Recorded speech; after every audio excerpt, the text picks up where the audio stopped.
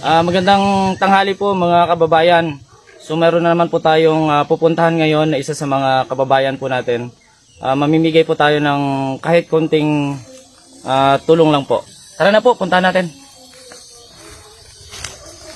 Dahil sa kagustuhan nating makatulong sa ating mga kababayan, hindi natin alintana ang init ng panahon. Maipaabot lamang ang ating kaunting tulong para sa kanila. Sana yung ating kaunting tulong na maiabot sa kanila ay magiging malaking bagay na upang magamit nila sa mga pangunahing pangailangan nila. Umaasa po ang inyong lingkod na mapapasaya natin ang ating pupuntahan ngayon. Isang karangalan para sa akin na makatulong sa aking mga kababayan na masigit na nangangailangan. Bagamat tayo ay may mga pangailangan din, pero mas minabuti nating ibigay na lang sa iba ang dapat ay para sa atin. Dahil sabi nga nila, mas mainam ang magbigay kaysa binibigyan. Mas maluwag sa loob ang nagbibigay kaysa binibigyan.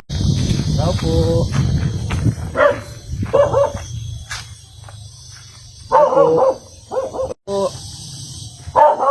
Wala yatang tao mga kababayan. So, tanghali na.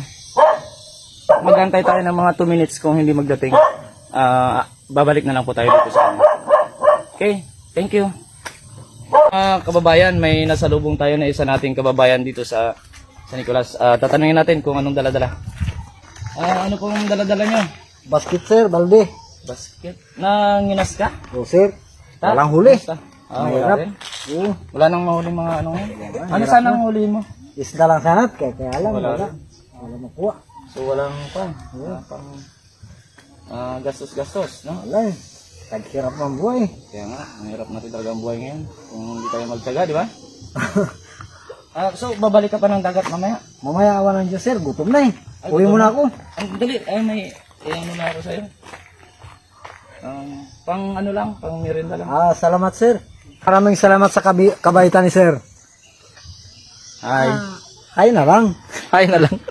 Napakagaan sa pakiramdam na makita mong masaya ang iyong mga kababayan. Matapos tanggapin ang kaunti nating ibinigay sa kanya, ay nagulat na lang po ang inyong lingkod dahil kanya itong ibinalik sa atin. Meron pa rin daw siyang pera. Alam mo, saludo ako sa iyo, Otip, dahil isa kang masipag at matyagang tao.